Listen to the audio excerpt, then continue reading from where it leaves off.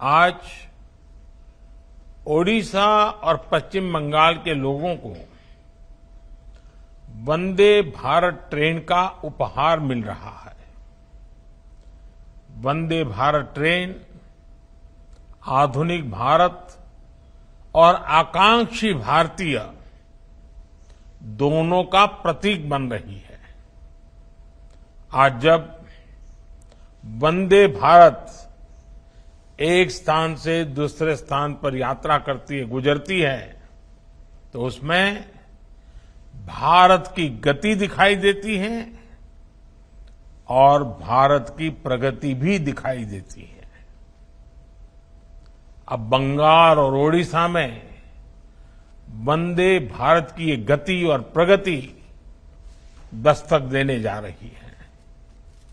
इससे रेल यात्रा के अनुभव भी बदलेंगे और विकास के मायने भी बदलेंगे।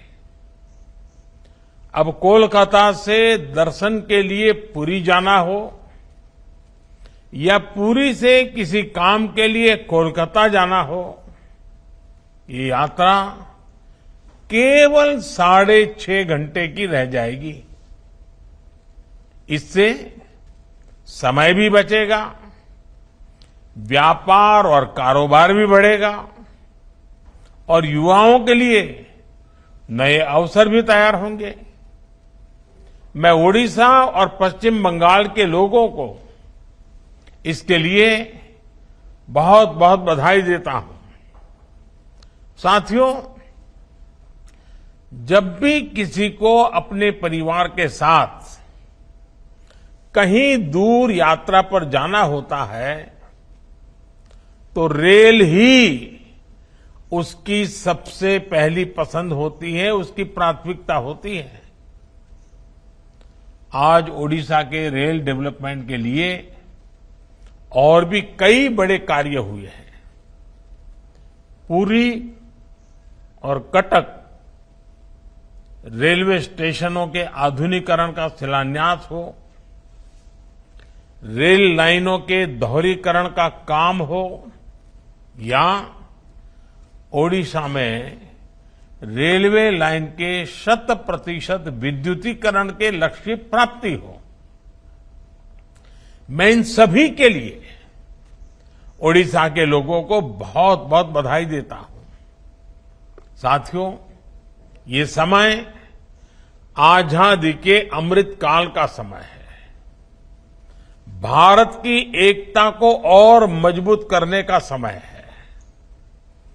जितनी ज्यादा एकता होगी, भारत का सामूहिक सामर्थ्य उतना ही ज्यादा शिखर पर पहुंचेगा।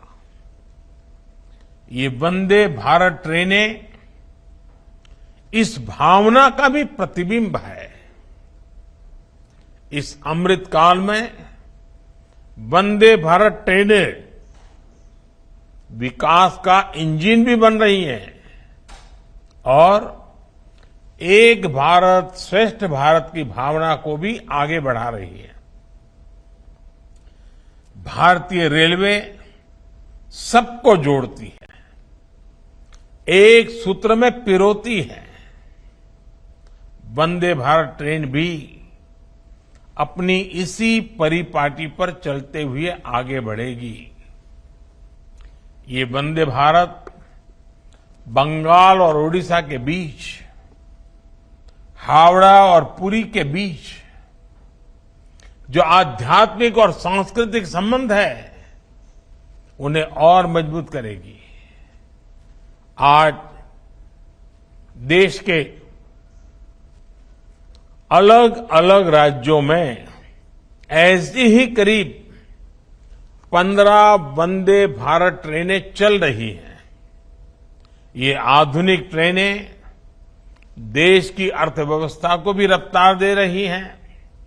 साथियों, बीते वर्षों में भारत ने कठिन से कठिन वैश्विक हालातों में भी अपने विकास की गति को बनाए रखा है। इसके पीछे एक बड़ा कारण है कि इस विकास में हर राज्य की भागीदारी है। देश हर राज्य को साथ लेकर आगे बढ़ रहा है। एक समय था जब कोई नई टेक्नोलॉजी आती थी या नई सुविधा बनती थी तो वो दिल्ली या कुछ बड़े शहरों तक ही सीमित रह जाती थी।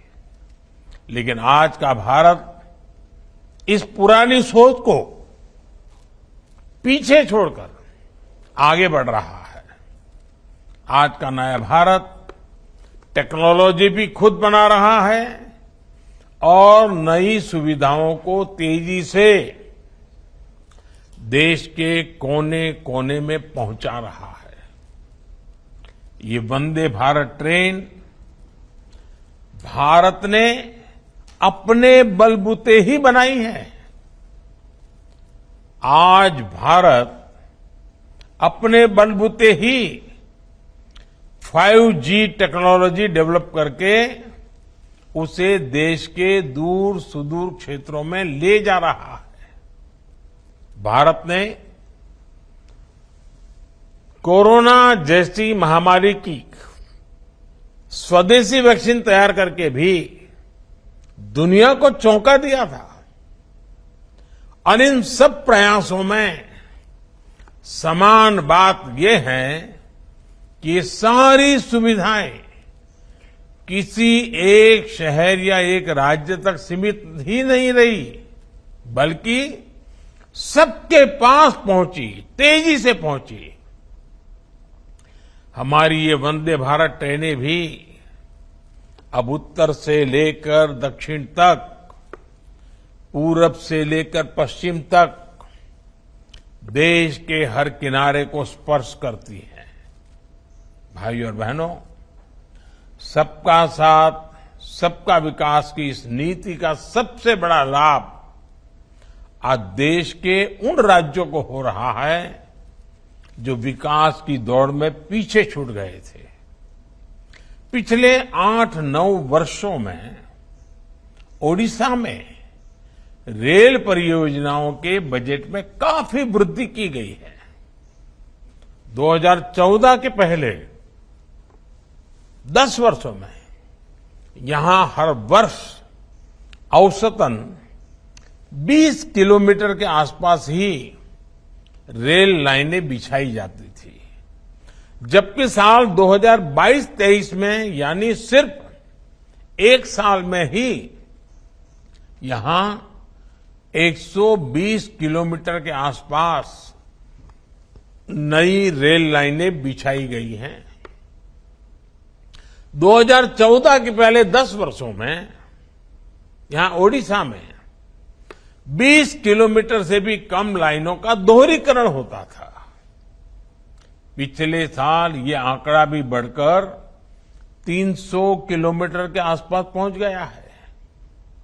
ओडिशा के लोग जानते हैं कि करीब 300 किलोमीटर लंबी खोर्दा बोलांगीर परियोजना कितने वर्षों से लटकी हुई थी। आज इस परियोजना पर भी बहुत तेजी से काम चल रहा है। हरिदासपुर पारादीप नई रेल लाइन हो, टीटलागढ़ रायपुर लाइन का दोहरीकरण और विद्युतीकरण हो, जिन कामों का इंतजार ओडिशा के लोगों को वर्षों से था, वो अब पूरे हो रहे हैं। आज ओडिशा देश के उन राज्यों में है जहां 100% रेल नेटवर्क का इलेक्ट्रिफिकेशन हो चुका है। पश्चिम बंगाल में भी 100% इलेक्ट्रिफिकेशन के लिए तेजी से काम चल भी रहा है। इससे ट्रेनों की रफ्तार बढ़ी है और मालगाड़ियों की समय की भी बचत हुई है। ओडिशा जैसा राज्य जो खनिज संपदा का इतना बड़ा भंडार है, केंद्र है, उसे रेलवे के इलेक्ट्रिफिकेशन से और ज्यादा फायदा मिलेगा। इससे औद्योगिक विकास को गति के साथ ही डीजल में होने वाले प्रदूषण से भी मुक्ति मिलेगी। साथियों, इंफ्रास्ट्रक्चर के निर्माण का एक और पक्ष है जिसकी उतनी ज्यादा चर्चा नहीं होती। इंफ्रास्ट्रक्चर से लोगों का सिर्फ जीवन ही आसान नहीं होता, बल्कि समाज को भी सशक्त करता है। जहां इंफ्रास्ट्रक्चर का अभाव होता है, वहां लोगों का विकास भी पिछड़ जाता है। जहां इंफ्रास्ट्रक्चर का विकास होता है, वहां लोगों का विकास भी तेजी से होता है। आप भी जानते हैं कि पीएम सौभाग्य योजना के तहत भारत सरकार ने 2.5 करोड़ से ज्यादा घरों को मुफ्त बिजली कनेक्शन दिया है। इसमें उड़ीसा के करीब 25 लाख और बंगाल के 7.25 लाख घर भी शामिल है। अब आप सोचिए, अगर ये एक योजना नहीं शुरू हुई होती तो क्या होता। 21वीं सदी में आज भी 2.5 करोड़ घरों के बच्चे अंधेरे में पढ़ने के लिए, अंधेरे में जीने के लिए मजबूर रहते। वो परिवार मॉडर्न कनेक्टिविटी और उन सभी सुविधाओं से कटे रहते जो बिजली आने पर मिलती है। साथियों, आज हम एयरपोर्ट्स की संख्या 75 से बढ़कर करीब 150 हो जाने की बात करते हैं। ये भारत की एक बड़ी उपलब्धि है, लेकिन इसके पीछे जो सोच है वो इसे और बड़ा बना देती है। आज वो व्यक्ति भी हवाई जहाज में यात्रा कर सकता है जिसके लिए ये कभी जीवन का सबसे बड़ा सपना था। आपने सोशल मीडिया पर ऐसी कितनी ही तस्वीरें देखी होगी जिसमें देश के साधारण नागरिक एयरपोर्ट के अपने अनुभव साझा कर रहे हैं। जब उनके बेटे या बेटी उन्हें पहली बार हवाई जहाज की यात्रा कराते हैं, उस खुशी की कोई तुलना नहीं हो सकती। साथियों, इंफ्रास्ट्रक्चर से जुड़ी भारत की ये उपलब्धियां भी आज अध्ययन का विषय है। जब हम इंफ्रास्ट्रक्चर निर्माण के लिए 10 लाख करोड़ रुपए तय करते हैं, इससे लाखों रोजगार भी बनते हैं। जब हम किसी क्षेत्र को रेल और हाईवे जैसी कनेक्टिविटी से जोड़ते हैं, तो इसका असर सिर्फ यात्रा की सुविधा तक सीमित नहीं रहता। ये किसानों और उद्यमियों को नए बाजार से जोड़ता है। ये पर्यटकों को टूरिस्ट प्लेस से जोड़ता है। ये छात्रों को उनकी पसंद के कॉलेज से जोड़ता है। इसी सोच के साथ आज भारत आधुनिक इंफ्रास्ट्रक्चर पर रिकॉर्ड निवेश कर रहा है।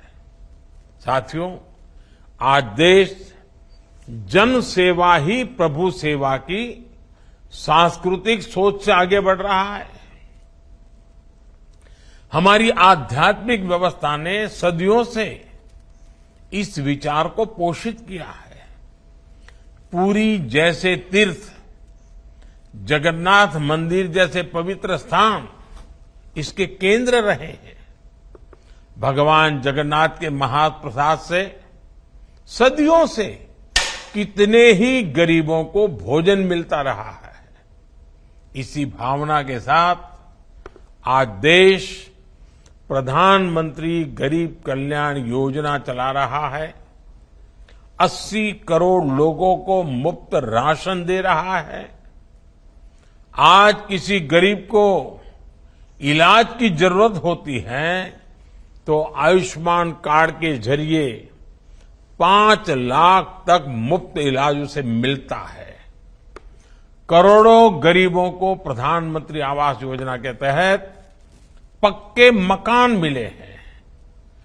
घर में उज्ज्वला का गैस सिलेंडर हो या जल जीवन मिशन के तहत पानी की सप्लाई हो, आज गरीब को भी वो सब मौलिक सुविधाएं मिल रही हैं जिनके लिए उसे पहले बरसों इंतजार करना पड़ता था। साथियों, भारत के तेज विकास के लिए भारत के राज्यों का संतुलित विकास भी उतना ही आवश्यक है। आज देश का प्रयास है कि कोई भी राज्य संसाधनों के अभाव के कारण विकास की दौड़ में पिछड़ना नहीं चाहिए। इसलिए 15वें वित्त आयोग में ओडिशा और बंगाल जैसे राज्यों के लिए पहले के मुकाबले ज्यादा बजट की सिफारिश की गई। ओडिशा जैसे राज्य को तो इतनी विशाल प्राकृतिक संपदा का भी आशीर्वाद मिला हुआ है, लेकिन पहले गलत नीतियों के कारण राज्यों को अपने ही संसाधनों से वंचित रहना पड़ता था। हमने खनिज संपदा को ध्यान में रखते हुए खनन नीति में सुधार किया। इससे आज खनिज संपदा वाले सभी राज्यों के राजस्व में काफी वृद्धि हुई है। जीएसटी आने के बाद टैक्स से होने वाली आमदनी भी काफी बढ़ गई है। ये संसाधन आज राज्य के विकास के लिए काम आ रहे हैं, गांव गरीब की सेवा में काम आ रहे हैं। ओडिशा प्राकृतिक आपदाओं का सफलता से मुकाबला कर सके, इस पर भी केंद्र सरकार का पूरा ध्यान है। हमारी सरकार ने ओडिशा को आपदा प्रबंधन और एनडीआरएफ के लिए 8,000 करोड़ रुपए से ज्यादा की राशि दी है। इससे साइक्लोन के दौरान जन और धन दोनों की सुरक्षा में मदद मिली है। साथियों, मुझे विश्वास है आने वाले समय में ओडिशा, बंगाल और पूरे देश के विकास की ये गति और बढ़ेगी। भगवान जगन्नाथ, मां काली, उन्हीं की कृपा से हम नए और विकसित भारत के लक्ष्य तक अवश्य पहुंचेंगे। इसी कामना के साथ आप सभी को बहुत बहुत धन्यवाद। फिर एक बार सबको जय जगन्नाथ।